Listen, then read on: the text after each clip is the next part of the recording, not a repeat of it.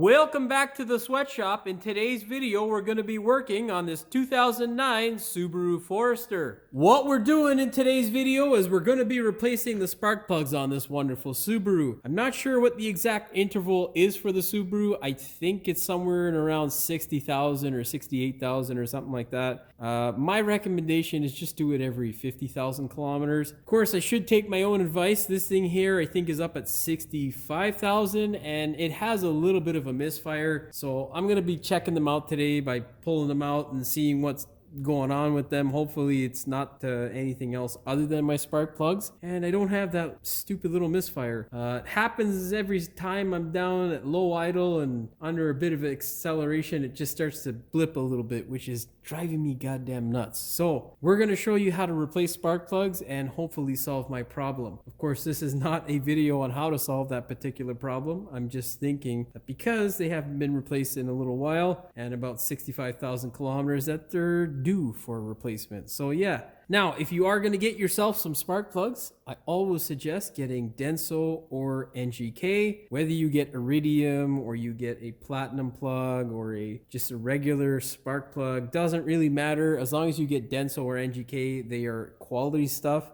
In terms of Champion and other brands, I'm not such a huge fan. I have had issues with other plug brands in the past, and honestly, on the Subaru, it's a pain in the ass, so it's not the easiest thing to do sometimes. And yeah, another thing you want to be looking for whenever doing the Subaru is it's oil around the spark plug, so be aware of that. Make sure you're able to look down in the hole, and other than that, it's not a hard job to do. I'll be filming most of it on the passenger side here, or what would be the right side of the vehicle. It's just easier to film, and I'll give you a bit of an overview on the driver's side or the left side of the vehicle, depending on what country you're in. And yeah, it's a fairly easy job overall on the single cam. That's one of the reasons why I love the single cam Subaru. They are relatively reliable and easy to service in comparison to the double overhead cam, which is not very reliable, especially if you think you're a race car driver and want to make all kinds of horsepower. And it's just a pain in the ass to service for a lot of things. So yeah, nonetheless, I don't know, I'm tired. It's close to 8 o'clock now, and so I'm probably rambling way too much and not making much sense. I hope that I am. Anyhow, do me a big favor before we get started with today's video. Hit that subscribe button as well as the notification bell so you never miss one of my new videos. Now, let's go ahead, open up the hood, and we shall go ahead and start pulling stuff out. We have this ear box on this side here, and we need to remove it.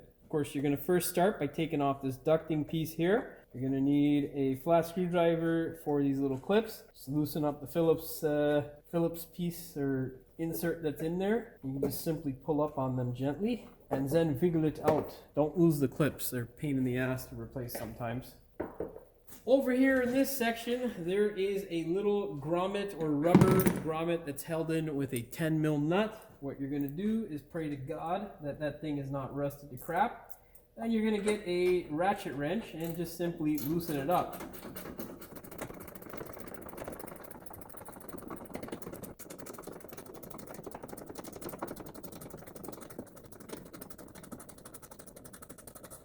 You know, they could have made this goddamn thing a little shorter, the stud for it, but whatever. That's the 10 mil there. Put it in a safe place. Now, before we go ahead and adjust anything, there is a power steering hose that is connected here. You're just going to slide it off. Then you have your little connector. Disconnect that. And that's that. Now, get yourself a 10 mil. Now, get yourself a 12-inch extension or a 10-inch extension, a 10 mil, and you're going to fire this guy off down here for the earbox. Make sure you collect the little washer there. You don't want this guy disappearing. All right. Now, usually I would disconnect it from right here. Actually, I don't think it's going to get in the way. So yeah, we'll disconnect it from there. Sometimes for filming purposes, whenever I do stuff, I just like removing this crap. It's just easier to... Yeah, you know what? Let's just do that. We'll remove this clamp over here. But if you're just doing this at home, right here. Oh man, this car's got quite a bit of mileage on it. Loosen that guy up. Make sure everything's nice and loose. Now support that power steering hose. Pull it away from that bracket.